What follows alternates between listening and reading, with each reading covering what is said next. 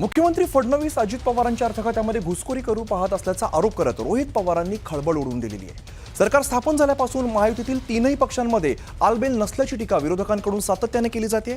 यामध्ये अजित पवारांच्या अर्थखात्याकडून निधी वाटप करताना शिवसेना आमदारांना वेगळी वागणूक दिल्याची तक्रार शिंदेंनी अमित शहांकडे केल्याची चर्चा जोरदार रंगली।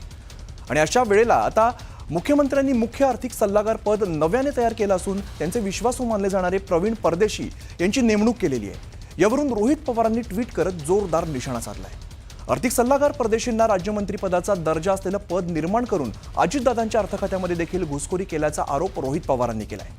यापुढे अर्थखात्याचे सर्वच धोरणात्मक निर्णय आणि पर्यायाने सर्वच प्रशासकीय निर्णय सुद्धा मुख्य आर्थिक सल्लागारांच्या पर्यायाने मुख्यमंत्र्यांच्याच अखत्यारीमध्ये येतील। गेल्या 2.5 वर्षात घेतलेल्या निर्णयांचा आढावा घेत आधी एकनाथ शिंदे साहेबांच्या खात्यामध्ये घुसखोरी केली, आता अजितदादांचा नंबर आहे असं रोहित पवारांनी ट्विटमध्ये म्हटलेलं आहे। तर महायुती भक्कम असल्याचं म्हणत सत्ताधाऱ्यांकडून या सगळ्या चर्चा फेटाळून लावण्यात आल्या। तर वाल्मिक कराडला कोणापासून धोका आहे ते आपण एकदा बघूया। तर बीडमध्ये कराड टोळी आणि बबन गित्ते टोळीचं वर्चस्ववादाची लढाई सुरू असल्याची चर्चा नेहमी होत असते। दरम्यान निवडणुकीच्या काळामध्ये कराडने खोट्या गुन्ह्यामध्ये अडकवल्याचा आरोप गित्तेकडून नेहमीच केला जातोय। बापू आंधळे खून प्रकरणामध्ये अडकवल्याचा आरोप वारंवार बबन गित्तेकडून केला जातोय। एकीकडे बबन गित्तेला ठार करेपर्यंत चप्पल घालणार नाही अशी शपथ कराडने घेतल्याची चर्चा होती, तर दुसरीकडे कराडचा काटा काढेपर्यंत मिशी दाढी काढणार नाही असा पण बबन गित्तेने केल्याचं बोललं जात आहे। तर कराडचा दुसरा शत्रू म्हणजेच महादेव गित्ते असल्याचं बोललं जात आहे। कराडने खोट्या गुन्ह्यामध्ये अडकवल्याने तुरुंगात जावं लागतं याचा राग महादेव गित्तेच्या मनामध्ये असल्याचं बोललं जात आहे। आणि याच रागातून काही दिवसांपूर्वी कराड आणि सुदर्शन घुले याला महादेव गित्तेने मारहाण केल्याचा आरोप झालेला होता। त्यानंतर गित्तेला बीड तुरुंगातून हलवण्यात आलेलं होतं। तर कराड विरोधामध्ये आणखीन एक नाव काही दिवसांपूर्वी समोर आलेलं होतं आणि ते म्हणजे शिवराज बांगर।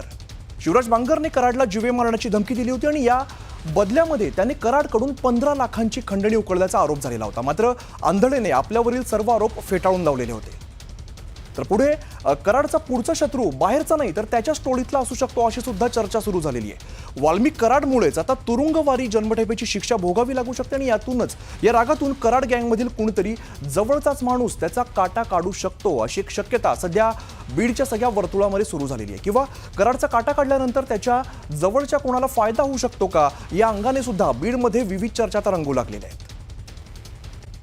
महाराष्ट्राची खबर बातमीमध्ये सगळ्यांचं स्वागत। नमस्कार, मी अमित गद्रे। बुलेटिनची सुरुवात या विशेष बातमीने करूया। वाल्मिक कराडच्या एन्काउंटरची ऑफर देण्यात आली होती असा दावा निलंबित पोलीस अधिकाऱ्यांनी केलेला आहे। त्यामुळे आकाची सुपारी नेमकी दिली कोणी अशा चर्चा आता सुरू झालेल्या आहेत। बघूया।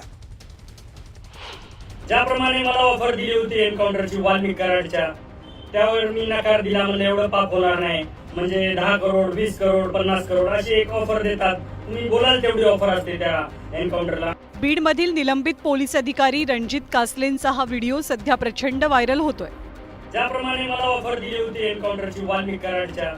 सरपंच संतोष देशमुखांच्या हत्येनंतर बीड जिल्ह्यातली गुन्हेगारी, राख माफिया, वाळू माफिया आणि दहशतीची काळी बाजू राज्यासमोर आली।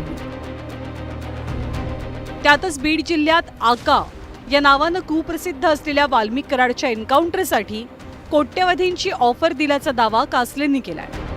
वाल्मिक कराडच्या एन्काउंटरची सुपारी कुणी दिली होती असा प्रश्न यानंतर निर्माण झाला। ज्याप्रमाणे मला ऑफर दिली होती एन्काउंटरची वाल्मिक कराडच्या, त्यावर मी नकार दिला। म्हणजे एवढं पाप होणार नाही आणि ते लाईफ टाइमचं एक लमसम अमाऊंटची ऑफर देतात। म्हणजे 10 करोड 20 करोड 50 करोड अशी एक ऑफर देतात। तुम्ही बोलाल तेवढी ऑफर असते त्या एन्काउंटरला। आणि तो माणूस कुठेही असेल तर त्याला त्या ठिकाणी बोलवून घेतात। जसं मी सायबरला होतो, सायबरचा आणि इकडला काही संबंध होता का? नाही, पण त्यांना माहित होता की हा माणूस करू शकतो, याच्यामध्ये दम आहे, गट्स आहेत। रणजित कासले हे बीडच्या सायबर विभागामध्ये पोलीस निरीक्षक होते। एका प्रकरणात त्यांच्यावर नुकतीच निलंबनाची कारवाई केली गेली। निलंबनानंतर त्यांनी सोशल मीडियातनं एका पाठोपाठ एक सनसनाटी आरोपांची मालिका सुरू केली आहे।